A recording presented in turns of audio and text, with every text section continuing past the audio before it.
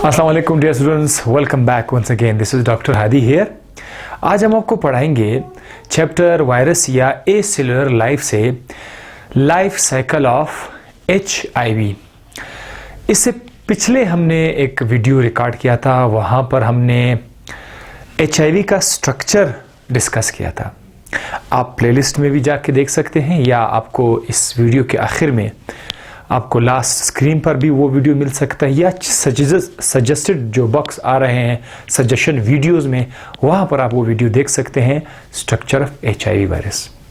आज आपको पढ़ाएंगे HIV वायरस का लाइफ साइकिल, यानी लाइफ साइकिल में एक वायरस किस तरीके से अपने होस्ट के सेल के अंदर जाकर अपने बच्चे देते हैं और फिर वो बच्चे बाहर आते हैं, किस तरह से लाइफ साइकिल मुकम्मल करते हैं। So life cycle of HIV आपके पास आपके सामने बोर्ड पे हाजिर है।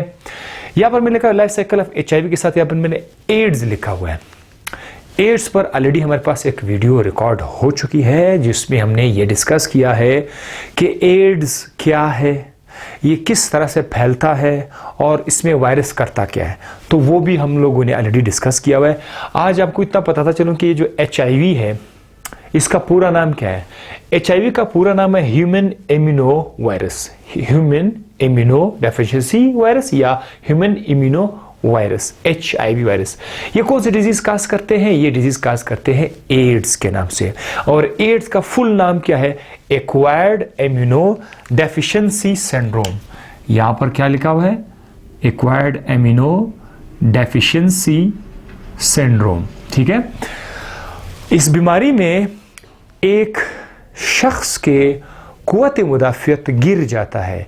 कुव्वत मुदाफ़ियत यानी इम्यून सिस्टम। इम्यून सिस्टम क्या है? जिस्म के अंदर जरासीम या वायरस से लड़ने की ताकत।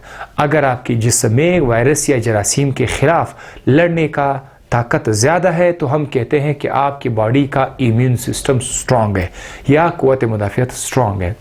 तो ये वायरस इम्यून सिस्टम के साथ ही इसका लेना देना है, इसीलिए इसका नाम रखा गया ह्यूमन इम्यूनो डेफिशिएंसी वायरस या ह्यूमन इम्यूनो वायरस, क्योंकि इंसान के अंदर जो है ये डेफिशिएंसी ला रहा है।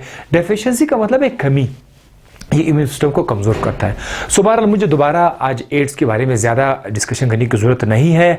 हम अपने काम की बात की तरफ आएंगे कि HIV अपना साइकिल, ये वायरस अपना साइकिल किस तरह मुकम्मल करते हैं। तो साइकिल के लिए मेरे कुछ स्टेजेस आपके लिए लिखे हुए, आप वीडियो पॉज करके कॉपी उठाकर आप लिख सकते हैं, सारे स्टेजेस लिख सकते हैं। मैं वन बाय वन मैं आपको समझाने की कोशिश करता हूँ।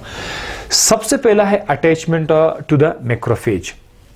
देखिए, लाइफ साइकिल ऑफ HIV में वायरस दो तरह के सेल्स पर अटैक करता है।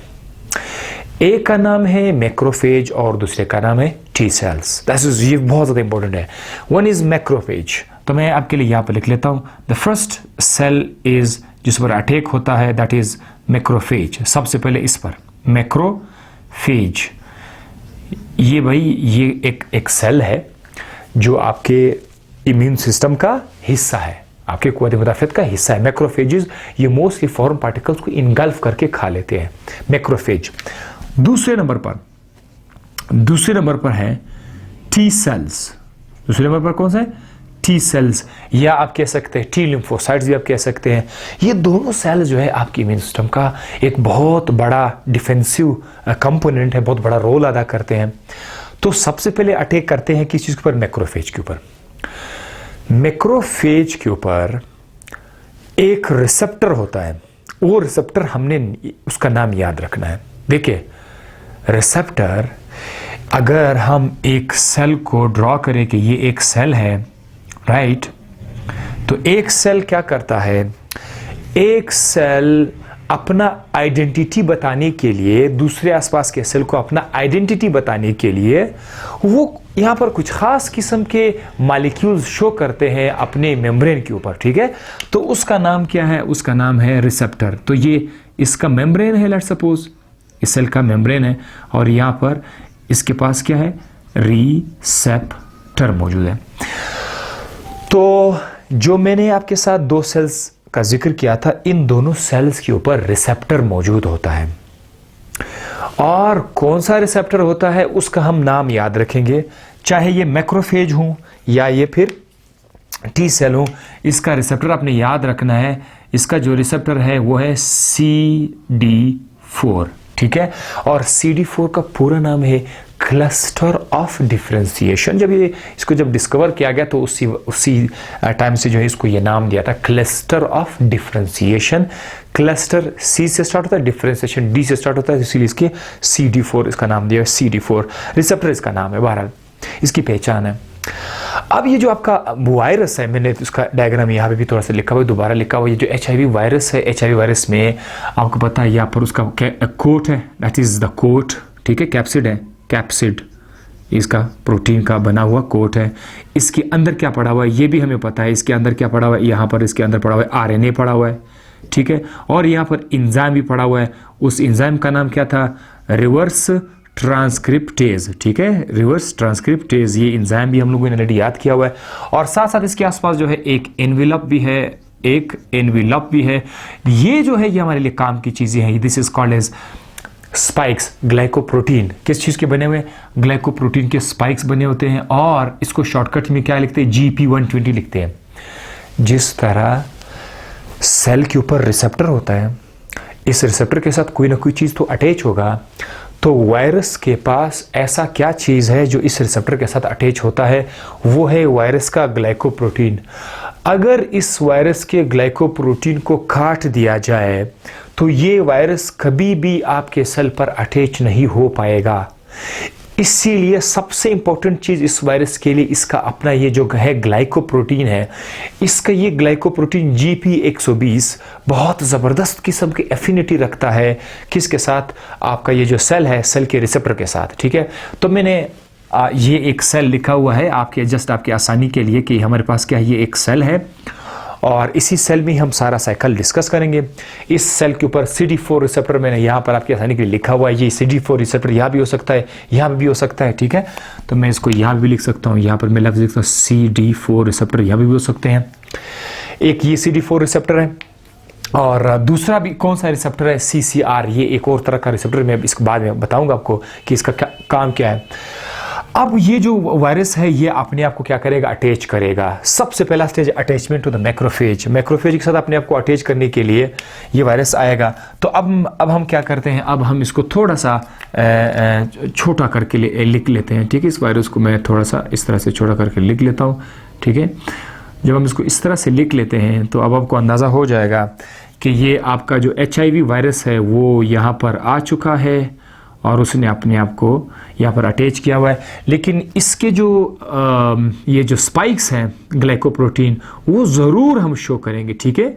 वो हम लोग ज़रूर शो करेंगे कि ये अपने ग्लाइकोप्रोटीन स्पाइक्स को सेल मेम्ब्रेन के साथ, देखो ये आपका सेल है तो ये सेल का सेल मेम्ब्रेन है, तो ये हम लोग ज़रूर नोट कर लेंगे कि हमारे पास क्या है, ये हमारे पास है सेल मेम्ब्रेन है, राइट। तो सेल मेम्ब्रेन के साथ ज़रूर वो CD4 रिसेप्टर भी मौजूद है। ये CD4 रिसेप्टर को पहचान के आइडेंटिफाई के उस जगह पर अपने आप को अटैच कर देगा। अब ये तो हो गया अटैचमेंट। और ये कौन सा सेल है पता है, ये मैक्रोफेज है। सबसे पहले मैक्रोफेज पे अटैक होगा। जब ये अटैच करेगा CD4 रिसेप्टर की मदद से, अब ये इंटर होएगा। इंट्री करने के लिए इसको एक और रिसेप्टर का जो है साथ लेना पड़ता है, एक और रिसेप्टर का हेल्प लेना पड़ता है। वो रिसेप्टर कौन सा है, वो है यहाँ पर हमारे पास दूसरी किस्म का रिसेप्टर है CCR, ठीक है। इसका पूरा लंबा नाम भी है लेकिन मैंने इसको शॉर्टकट में CCR5 लिखांगे, ठीक है। इसको CCR5 लिखेंगे, ठीक है। एक और भी है CCR4। ये जो CCR5 रिसेप्टर है ये क्या करेगा, ये इस वायरस को अंदर लाने में मदद देगा। देखो अटैचमेंट के लिए एक रिसेप्टर है लेकिन अंदर आने में ये दूसरा रिसेप्टर है जो इसका हेल्प करेगा। कहते हैं कि ये वायरस के जो प्रोटीन है जब ये इसके साथ अटैच होता है CD4 रिसेप्टर, तो उस प्रोटीन के अंदर कन्फॉर्मेशनल चेंज आता है। आपको पता है प्रोटीन अपना शेप चेंज कर सकते हैं, तो ये प्रोटीन अपना शेप इस तरह से चेंज कर देते हैं कि उसके चेंज होने से ये जो वायरस है ये मुकम्मल तौर पर अंदर आ जाता है। अब कैसे अंदर आएगा वो भी मैंने लिखा हुआ है, how the virus enters the cell. ऐसे उस प्रोसेस का नाम क्या है, एंडोसाइटोसिस का नाम है, ठीक है। अगर हम यहाँ पर लिख देते हैं एंडोसाइटोसिस में, ये प्रोसेस मैंने यहाँ पर लिखा हुआ है, एंडोसाइटोसिस मैंने नहीं लिखा होगा but you can see endocytosis. Endocytosis एक ऐसा प्रोसेस है जिसमें सेल मेम्ब्रेन, ये देखिए ये सेल मेम्ब्रेन यहाँ पर कितना सीधा है। अब आप देखिए वही सेल मेम्ब्रेन यहाँ पर अंदर की तरफ फोल्ड हो गया, ठीक है। जब सेल मेम्ब्रेन अंदर की तरफ फोल्ड हो जाता है तो एक खड्डा पैदा हो जाता है। ये देख सकते हैं, ये जो एक खड्डा यहाँ पर प्रोड्यूस हो गया है, इस खड्डे ने करना क्या है, इसने पूरे वायरस को क्या करना है, पूरे वायरस को इसने कवर करना है, पूरे वायरस को उसने इनक्लोज करना है। सो व्हाट विल हैपन कि यहाँ पर मैं इसको थोड़ा सा बड़ा करके लिख लेता हूँ ताकि हमारे लिए जो है आसानी हो, मुकम्मल तौर पर आसानी हो। ये जब इस तरह से इनक्लोज हो जाएगा, मतलब एक खड्डा बनेगा सेल मेम्ब्रेन, आपका सेल मेम्ब्रेन जब इस तरह से खड्डा बनाएगा तो फिर इसके अंदर हम लोग किसको इनक्लोज कर देंगे, वायरस को इधर ही हम लोग इनक्लोज कर देंगे। और वायरस के लिए मैं अब क्या करूँगा, सिंपली एक गोल सा सर्कल लिख देते हैं इसके अंदर, और साथ ही साथ इसके अंदर जो प्रोटीन का कोट है कोशिश करेंगे कि वो भी हम शो करें, और साथ ही साथ आप लोग इसमें इसके जो ग्लाइकोप्रोटीन स्पाइक्स हैं वो भी यहाँ पर थोड़े बहुत आप शो कर सकते हैं, राइट। तो अब आपका सेल मेम्ब्रेन वायरस को एंडोसाइटोज कर रहा है सेल मेम्ब्रेन की मदद से। देखो कभी कभी चीज़ें सेल मेम्ब्रेन को डायरेक्ट क्रॉस करके अंदर आते हैं, तो वो एंडोसाइटोसिस नहीं है। अगर सेल मेम्ब्रेन अंदर की तरफ अपने आप को इनफोल्ड करके चीज़ों को अंदर लाए, तब जाकर हम इसको क्या नाम देंगे, एंडोसाइटोसिस। सो इस एंडोसाइटोसिस में एक और रिसेप्टर उसका हेल्प देगा जिसका नाम है CCR5। ओके, अब हम कहते हैं कि चले जनाब, फाइनली हमारे पास ये वायरस अंदर आ गया। वायरस के अंदर आने से ये जो पूरा इलाका है सेल मेम्ब्रेन का, ये सेल मेम्ब्रेन वापस क्या करेगा, वापस ये मिल जाएगा, ये वापस अपने आप को फ्यूज कर देगा, और आपका जो पूरा का पूरा वायरस है, अब वो वायरस फाइनली आ चुका है आपके सेल के अंदर, वो आ चुका है जिसके अपने स्पाइक्स हैं, राइट, और साथ ही साथ इसका प्रोटीन का कैप्सिड है, कोट है, और साथ ही साथ इसके पास यहाँ पर क्या मौजूद है, इसके पास इसका RNA मौजूद है, एंजाइम मौजूद है। 2 स्टेज मुकम्मल हो गए। अब तीसरा स्टेज क्या है कि ये वायरस अपने आप को अनकोट कर देगा। अनकोट कैसे कर देगा कि एक तो मैं बताता हूँ कि ये जो मेम्ब्रेन है, मेम्ब्रेन और ये जो ग्लाइकोप्रोटीन स्पाइक है, अब ये मजीद हमारे काम के नहीं है, तो ये उसको यहाँ पर शेड कर देगा, छोड़ देगा। साथ साथ ये जो प्रोटीन है, ये प्रोटीन भी अपने आप को क्या कर देंगे, इसको शेड कर देंगे, और आपके पास मुकम्मल तो बस एक चीज़ रह जाएगा, वो है इसके पास जो RNA है, this is the single RNA, थोड़ा बड़ा करके लिख लेता हूँ आपके लिए, ये जो है ये इसका RNA है, right, this is the RNA। अब ये किसका RNA है, ये वायरस का RNA है। और आपको मैं ये भी बताता चलूँ कि वायरस के अंदर पहले से हमने पढ़ा था कि इधर रिवर्स ट्रांसक्रिप्टेज एंजाइम भी मौजूद है। रिवर्स ट्रांसक्रिप्टेज एंजाइम क्या करेगा, अब यहाँ पर मैं आपके लिए एक छोटा सा रेड डॉट लिख लेता हूँ कि वो ये एंजाइम है जो रिवर्स ट्रांसक्रिप्शन करेगा, यानी RNA से DNA बनाएगा। अब देखें, ये एंजाइम सिंगल स्ट्रैंड RNA से बनाएगा, हमारे लिए क्या बनाएगा, डबल स्ट्रैंड DNA बनाएगा। Now this is DNA. This is DNA.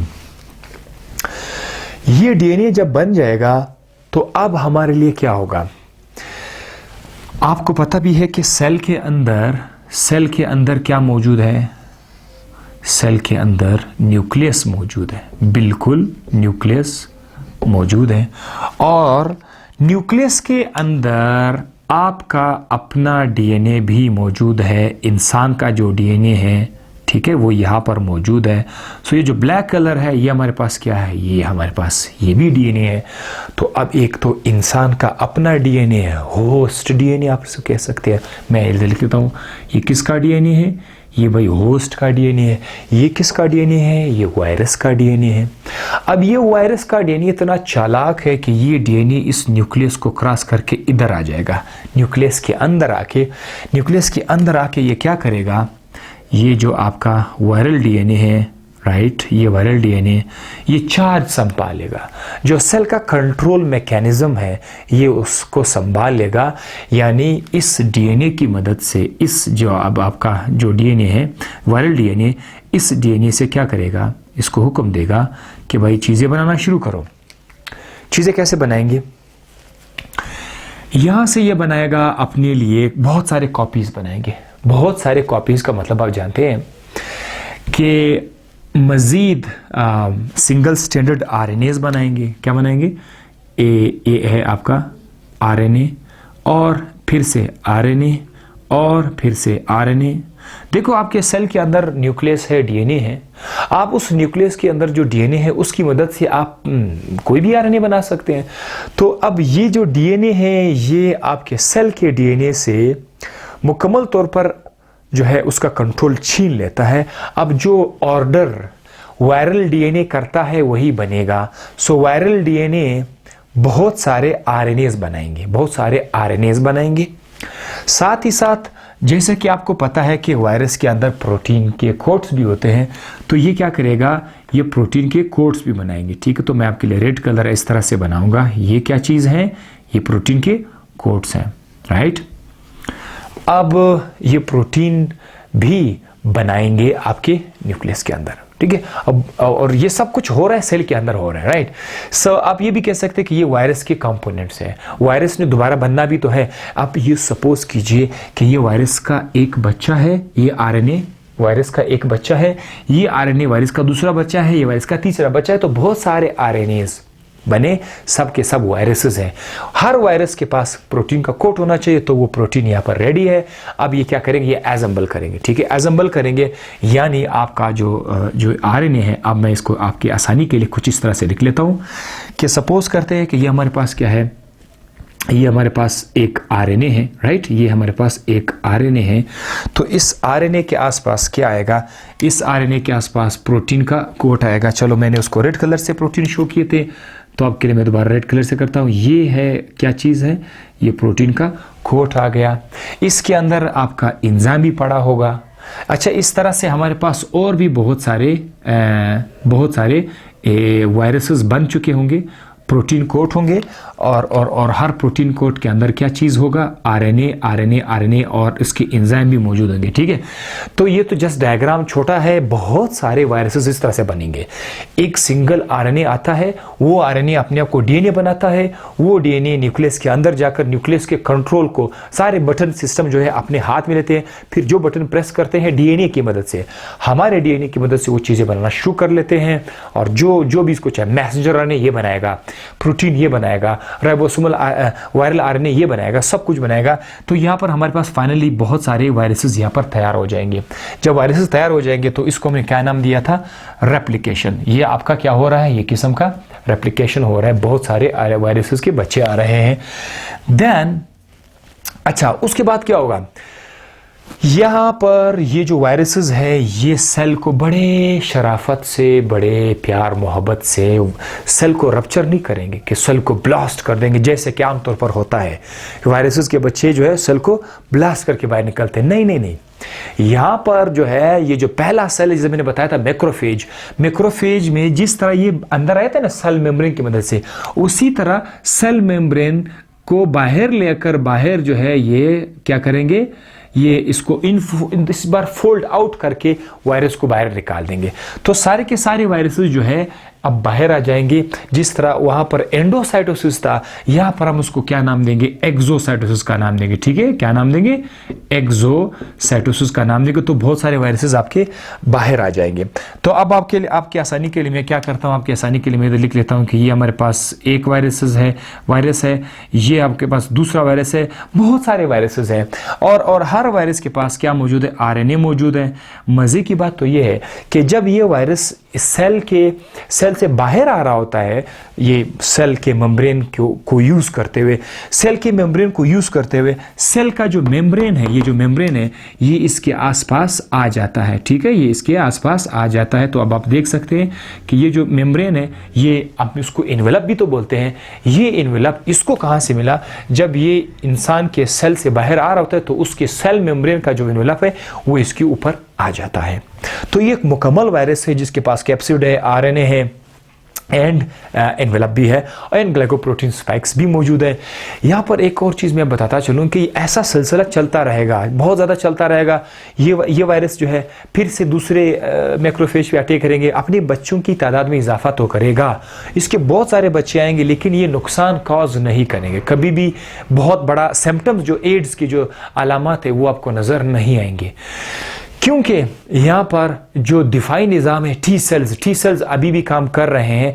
यहाँ पर एक सेल जो है उसके अंदर बच्चे पैदा हो रहे हैं। मैक्रोफेज अभी देखो अभी भी जिंदा है, क्योंकि बड़े आराम से उसके अंदर वायरस गया, अपने बच्चे बनाए, बाहर आया, इसको कुछ हुआ ही नहीं है, तो बड़े चुपके से कर रहा है। यहाँ पर एक और चीज़ भी मैं आपको बताता चलूँ, ये वायरस की चालाकी की मैं बहुत ज़्यादा हैरान हुआ इससे।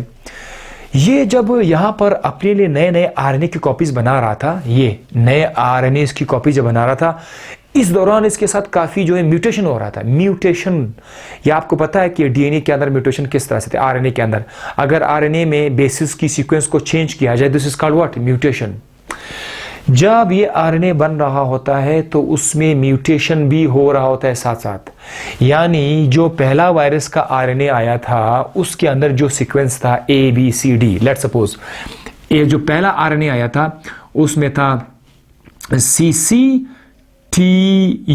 लेट्स सपोज, जस्ट मैं आपकी एग्जांपल के कोई आसानी के लिए CCT, oh my God, this is timing तो उसमें है ही नहीं। So let's suppose CCGU, ये उस आरएनए का सीक्वेंस है। तो जब ये नए बच्चे बना रहे होंगे, राइट, वो तो भी आरएनए है, वो जो आरएनए है उनमें ये सीक्वेंस नहीं रहता, यानी उसमें CCG की जगह फिर आपका दोबारा से कोई और C आ गया होगा, या फिर U की जगह G आ गया होगा। इसी को तो कहते हैं म्यूटेशन। जब डीएनए या आरएनए में ये जो बेसिस है CCGU, ये इसमें कोई एक दो चेंज हो जाए, that is called as mutation.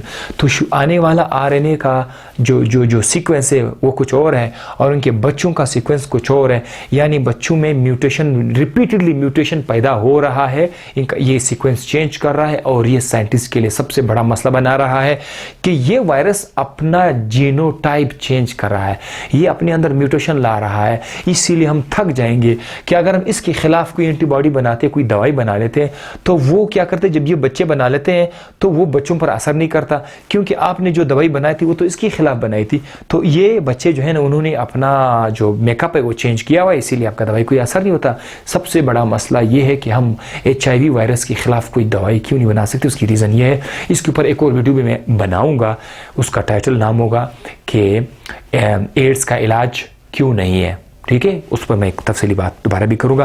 लेकिन खैर मैंने बता दिया आप लोगों को, वायरस बाहर आया, उसके बच्चे बाहर आए हैं, एक्सोसाइटोसिस शराफत से आराम से मैक्रोफेज को उसने अटैक कर दिया। अब ये जाएगा दूसरे सेल की तरफ।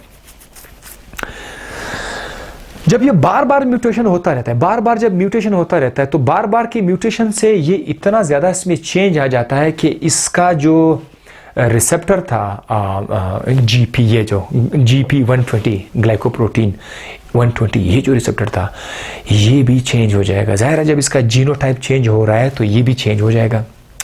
यानी एक टाइम आएगा कि ये जो वायरस है अब ये दोबारा दूसरे सेल पर जब ये अटैक करेगा, खासकर कौन से पर, T सेल्स पर अब अटैक करेगा। T सेल्स पर ये अटैक करेगा तो ये क्या करेगा, इसके पास अब T सेल के अंदर जाने के लिए एक और रिसेप्टर आएगा, दैट इज CCR4। ये देखो ये थोड़ी सी चेंज आई, जब इसने म्यूटेट किया अपने आप को, जब चेंज कर दिया, तो अब उस चेंज की वजह से इसका जो ग्लाइकोप्रोटीन है वायरस का, इसकी वायरस की जो GP प्रोटीन है उसमें वो चेंज हो गया। जब वो चेंज हो गया तो उसके लिए रिसेप्टर जो है ना, वो एक और रिसेप्टर मिलेगा CCR4। अब ये जो CCR4 है ये भी है हमारे पास CD4 रिसेप्टर पर ही मिलेगा, ठीक है, लेकिन कहाँ पर मिलेगा ये बात आपको मैंने बताना है, दैट इज T सेल्स। अब हम T सेल की बात करेंगे। ये बार बार अपने आप को म्यूटेट करके आखिरकार इसने अपने आप को इतना म्यूटेट कर दिया कि इसने अपना GP120 इसमें चेंजेस लाई, और उस चेंजेस की वजह से इसने अपने आप को किसी और रिसेप्टर का काबिल बना दिया, that was CD4 receptor, right. CD4 receptor जो CCR5 था, अब एक और रिसेप्टर पर इसकी अटैचमेंट पॉसिबल हो गई है, वो है CCR4। वो तो CCR5 था, ये है CCR4, लेकिन फिर भी जो मेन आपका रिसेप्टर है वो CD4 सेल ही होगा। अब आप देखें, इस बार हम लोग क्या करेंगे, सेकेंड टाइम मैंने कहा जो दूसरा टाइप का सेल है वो कौन सा है, T सेल है। अब हम सपोज करते हैं कि ये हमारे पास कौन सा सेल है, ये T सेल है। नाउ सेकेंड टाइम ये वायरसेस जाएंगे कहां पर जाएंगे, ठीक है। अब मैं कहता हूं कि लेट्स सपोज ये हमारे पास है कौन सा सेल है, T सेल का मेम्ब्रेन है, दिस इज T लिम्फोसाइट है। अब ये जो आपके नए नए वायरसेस हैं, ठीक है, जिन्होंने क्या किया हुआ है, जिन्होंने अपना आरएनए में काफ़ी ज़्यादा म्यूटेशन लाया हुआ है, जिन्होंने अपना जीपी प्रोटीन को चेंज किया हुआ है। अब उनके लिए कौन सा रिसेप्टर है? CCR4 एक नया रिसेप्टर है। तो अब देखना, ये उसी अंदाज से अंदर तो आएगा जैसे पहले मैंने बताया था, ये उसी अंदाज से अपने आप को अटैच कर देंगे, अंदर आ जाएंगे। अंदर आने में ये जो आपका दूसरा CC4 रिसेप्टर है, ये इसकी मदद से अंदर आ जाएगा। अंदर आने के बाद ये एग्जैक्टली हूबहू वही करेगा। सिंगल आरएनए से क्या बनाएगा? डीएनए बनाएगा। एग्जैक्टली वो डीएनए क्या करेगा? सेल के अंदर आ जाएगा।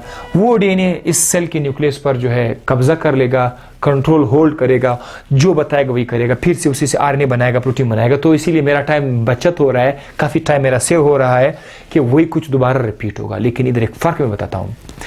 जब बात करते हैं टी सेल का, टी लिम्फोसाइट का, हेल्पर टी सेल्स का, जब इसके बच्चे आएंगे तो इस बार वो शराफत से नहीं आएंगे, वो शराफत से नहीं आएंगे। इस बार इसका सेल चेंज है, इस बार इसको बदमाशी का लाइसेंस मिल चुका है CCR4 because of repeated mutation. उसने रिसेप्टर को भी अब एक और रिसेप्टर के साथ अटैच होने के काबिल बना। CCR4 रिसेप्टर जो है ये आपको कहाँ पर मिलेगा? कहाँ पर मिलेगा? ये आपको मिलेगा, ये जो टी सेल यहाँ पर मिलेगा। अब टी सेल में जब बच्चे आएंगे तो सपोज वही बच्चे हैं, ये अब इस तरह से बाहर नहीं आएंगे, ये पूरे सेल को बर्स्ट कर देगा, रप्चर कर देगा। ये जो आपका सेल है, ये पूरा सेल ही आपका रप्चर हो जाएगा, सेल मेम्ब्रेन सारा रप्चर हो जाएगा। जब सेल मेम्ब्रेन रप्चर हो जाएगा तो बहुत सारे बच्चे जो है ये बाहर आ जाएंगे। ठीक है, बहुत सारे बच्चे जो है ये बाहर आ जाएंगे। ठीक है, बहुत सारे बच्चे जो है ये बाहर आ जाएंगे। अब आप ज़रा देखिए कि इस टाइम पेशेंट जो मरीज़ हैं, मरीज़ के जब आप खून चेक करेंगे, खून के अंदर तो ये वाइट ब्लड सेल्स होते हैं, टी सेल्स होते हैं। एकदम से इसके टी सेल्स कम हो गएंगे। जिस दिन मरीज़ के टी सेल्स में कमी आ गई, उसी दिन समझो कि वायरस ने अपना असल मुकाबला शुरू किया था, अपना असल अटैक शुरू किया था। पहले वो 2-4 महीने, 8 महीने, 1 साल, 2 साल ये सब कुछ तो चल रहा था पहले, लेकिन अलामात जाहिर नहीं थे मरीज़ में, कोई बंदे को पता ही नहीं चल रहा था कि कुछ अलामात है। लेकिन उसके अंदर वायरसेस ने अपने बहुत सारे बच्चे बनाए थे मैक्रोफेजेस में। जिस दिन HIV ने उसके सेल मेम्ब्रेन को रप्चर करके टी सेल्स को कम कर दिया, उस दिन से उस शख्स के अंदर अलामात जाहिर होंगे। जब अलामात जाहिर होंगे तो हम कहते हैं कि इसको एड्स हो गया है। यही तो सबसे बड़ा ख़तरा है। ये जो एड्स का है, ये कई उसमें साल तक, कई महीनों तक जो है ये क्या करते हैं, ये इंसान के जिस्म के अंदर रिप्लिकेट करते हैं, उसको पता ही नहीं होता, उस शख्स को पता ही नहीं होता। और वो क्या करते हैं, वो बार बार इधर उधर मतलब बीमारी फैला भी रहा है, उसको खुद पता नहीं है। इस दौरान जो जब इंसान को पता नहीं होता कि मैं एड्स हूँ, वो बीमारी फैला रहा होता है, उसको खुद पता ही नहीं होता। सो बाद में जब उसको अलामात मिल जाते हैं, तब उसको पता चल जाता है कि अच्छा मैंने कितने लोगों को जो है इन्फेक्ट किया होगा। तो इस एड्स वायरस की सबसे बड़ी गंदी बात ये है, ठीक है, कि इंसान को पता नहीं था। अब हालांकि वायरस का इस तरह होना चाहिए कि वो शुरू में आके अटैक किया, तो अटैक करने के बाद बंदे को पता चला कि यार मैं इन्फेक्टेड हो चुका हूं, तो फिर वो एहतियात करेगा। ये कमाल करते हैं। सो ये आकर जब ये अटैक करेंगे, बहुत सारे टी सेल्स कम हो जाएंगे। टी सेल्स कम होने के बाद अलामत नजर आएंगे। अब ये सारा जो मैंने आपको बता दिया, व्हाइट बोर्ड पर देखिए, रेप्लिकेशन तक मैंने बता दिया। एंट्री इनटू टी लिम्फोसाइट्स, ये मैंने आपको बता दिया। टी लिम्फोसाइट्स में ये इंटर करेगा और साथ साथ सेल रप्चर करेगा एंड रिलीज। सेकेंड टाइम जब टी सेल में आएगा तो सेल रप्चर करे, रिलीज करेगा, सिम्टम्स आपको नजर आएंगे, और इस तरह HIV अपना साइकिल मुकम्मल करता रहेगा। आप लोग एक बार फिर इस वीडियो को पॉज करके दोबारा से देख सकते हैं, रिपीट भी कर सकते हैं। इसमें सबसे काम वाली चीज़ हमने जो देखी थी वो था कि वायरस के पास ग्लाइकोप्रोटीन रिसेप्टर, जो कि इन रिसेप्टर की मदद से ये अटैच करेंगे किस पर, सेल के मेम्ब्रेन के ऊपर। सेल मेम्ब्रेन के ऊपर फिर से एक रिसेप्टर है जिसका नाम है CD4 रिसेप्टर, ये उसके साथ अटैच करेगा। अंदर आके अपना RNA लाएगा, RNA को कन्वर्ट करेगा DNA में। वो DNA फिर न्यूक्लियस के अंदर जाकर सारा कंट्रोल अपने हाथ में लेगा, अपनी मर्जी की चीज़ें बनाएगा। सबसे पहले वो RNA बनाएगा, बहुत सारे RNAs बनेंगे, फिर प्रोटीन बनाएगा मैसेंजर RNA की मदद से, ज़ाहिर है बहुत सारे प्रोटीन बनाएगा। तो वो प्रोटीन और RNA फिर से अपने आप को एसेंबल करेंगे, उससे नए नए वायरसेस आएंगे। वो वायरसेस बाहर आएंगे मैक्रोफेज से, एक्सोसाइटोसिस से। ये वायरसेस बार बार जब बाहर आते जाएंगे तो ज़ाहिर है उनके जिस्म में काफ़ी म्यूटेशन हो चुका होता है। एक टाइम आएगा कि इनकी म्यूटेशन की वजह से ये अपने लिए एक सेकेंड रिसेप्टर ढूंढ लेते हैं जिसका नाम है CCR CCR4 जो पहले CCR5 था, अभी CCR4 है। इस CCR4 की मदद से जब ये टी सेल लिम्फोसाइट के अंदर जाएगा तो टी सेल लिम्फोसाइट के अंदर जाकर फिर से ये बच्चे तो पैदा प्रोड्यूस करेगा, बाहर आते वक्त जो है वो पूरे सेल मेम्ब्रेन को रप्चर करेगा। जब सेल मेम्ब्रेन को रप्चर करना शुरू करेंगे, इसका मतलब ये है कि इन्होंने मुकम्मल तौर पर अच्छे तरीके से तैयारी की थी, बहुत सारा फौज बनाया हुआ है, बहुत सारे आर्मी उन्होंने बनाए हुए होते हैं मिलियंस में। तो ये मिलियंस ऑफ वायरसेस जब आपके टी सेल्स पर अटैक करेंगे तो विद कुछ ही टाइम के अंदर आपके खून के अंदर जितने भी टी सेल्स है सब के सब मर गए होंगे। तो आपके जिस्म के अंदर जो क़ुव्वत मुदाफ़ियत था, टी सेल्स था, वो तो सारा का सारा ख़त्म हो गया। अब आपके सेल्स को कौन जगाएगा? ठीक है सेल को कौन जगाएगा? क्योंकि ये टी सेल्स ही वो वायरस सेल है जो दूसरे सेल को बोलता है हेलो कम ऑन। बाकी जो सेल्स है, बी सेल्स है, प्लाज्मा सेल्स है, साइटोटॉक्सिक टी सेल्स है, उनको ही तो ये ऑर्डर देता है कि भाई जागो, जल्दी करो, दुश्मन आया हुआ है, एंट्री की हुई है। अब जो इस कितना चालाक कि इसने ऐसे वायरस पर अटैक कर दिया, ऐसे सेल पर अटैक कर दिया जो दूसरे इम्यून सिस्टम को जगाने वाला था। जब जगाने वाला ही खुद जो है सो जाए तो फिर आपका इम्यून सिस्टम कैसे जगेगा? इसीलिए HIV के केस में मरीज़ के बॉडी के अंदर क़ुव्वत मुदाफ़ियत का निज़ाम डिप्रेस हो जाता है इन टी सेल की वजह से, क्योंकि यही आपका मेन निज़ाम था, क़ुव्वत मुदाफ़ियत निज़ाम था, इसको कम कर दिया। आई होप आपको ये वीडियो समझ आ गया होगा, अच्छी तरीके से समझ आ गया होगा। मेरे डिस्कशन के दौरान आप इन चीज़ों को नोट भी करते दीजिए, वीडियो पॉज करके चीज़ें नोट कर दीजिए, जैसे जैसे मैं बोलता जाऊँगा। इन्हीं स्टेटमेंट के सामने आप 5 लाइनें, 6 लाइनें, 10 लाइनें, 20 लाइनें, जितना आपके माइंड में आइडियाज़ आ सकते हैं, आप इन पॉइंट्स को लिख कर इसके सामने और भी पॉइंट्स आप लोग लिख सकते हैं। आई होप आपने वीडियो एंजॉय किया होगा। मैंने तो इसको बता दिया काफ़ी एंजॉय किया। इसके साथ ही मुझे अपनी दुआओं में याद रखिएगा और हमेशा के लिए एक बात याद रखिएगा, मैं जैसे मैं कहता हूँ मुस्कुराते रहिएगा, दूसरों को भी खुश रखिएगा, अपने आप को भी खुश रखिएगा। साथ साथ अपना पर्पज़ भी ज़रूर फाइंड करने की कोशिश करें कि आपकी ज़िंदगी का असल पर्पज़ दूसरा क्या है पढ़ने के बाद, पढ़ने के अलावा। थैंक यू, अल्लाह हाफ़िज़, बाय बाय एंड टाटा।